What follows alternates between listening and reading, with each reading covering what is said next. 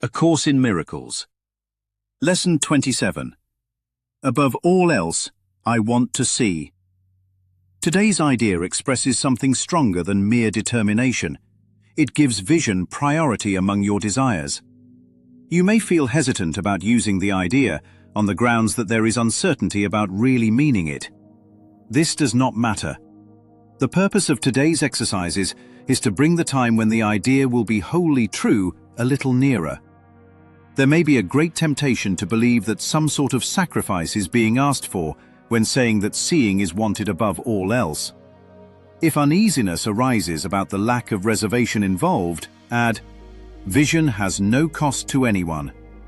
If fear of loss still persists, add further, it can only bless. The idea for today needs many repetitions for maximum benefit. It should be used at least every half hour and more if possible. Trying for every 15 or 20 minutes may help. It is recommended that a definite time interval be set for using the idea when waking or shortly afterwards, and that there be an attempt to adhere to it throughout the day. It will not be difficult to do this, even if engaged in conversation or otherwise occupied at the time. One short sentence can still be repeated inwardly without disturbing anything.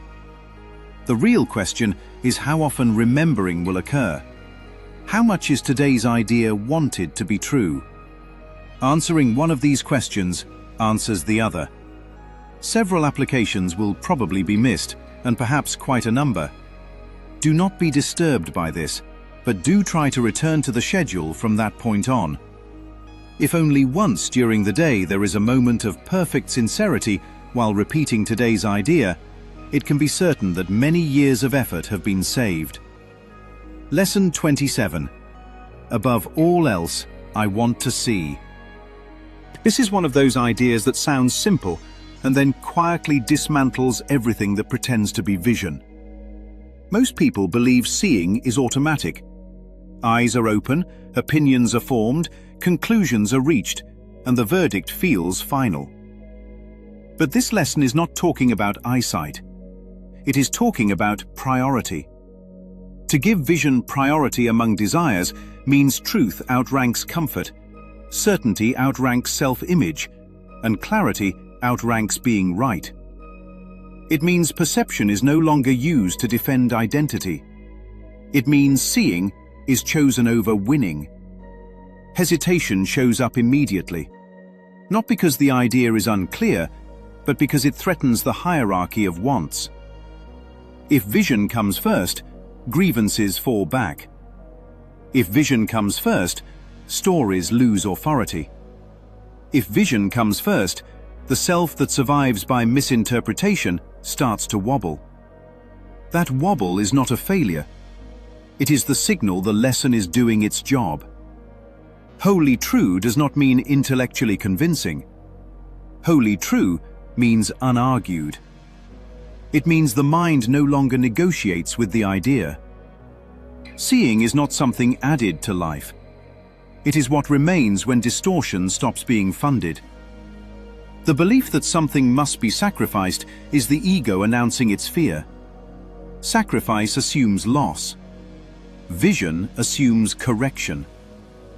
Nothing real is taken. Nothing unreal is protected. That is why vision has no cost to anyone. Loss belongs to illusion, not clarity. Blessing is not an outcome. It is the nature of perception once resistance drops. If something does not feel like a blessing, it is not being seen yet. This is not condemnation. It is diagnosis. Repetition matters because the mind is trained to forget truth and remember noise. The lesson is not asking for intensity. It is asking for frequency. Seeing is strengthened by recall, not force. The sentence is short because it must fit inside motion.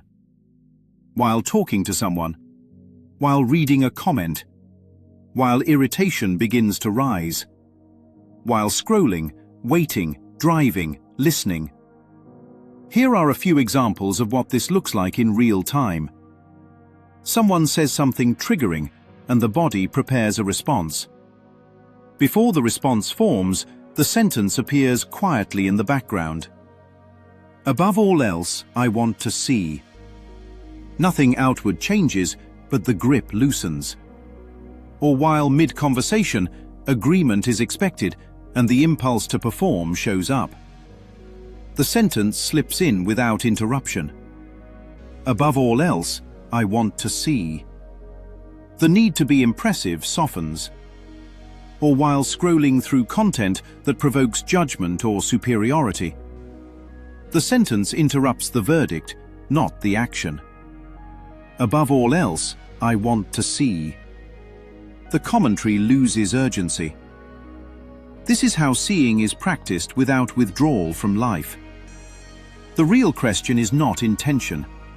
It is remembrance. What is remembered governs what is experienced. Desire and memory are the same mechanism.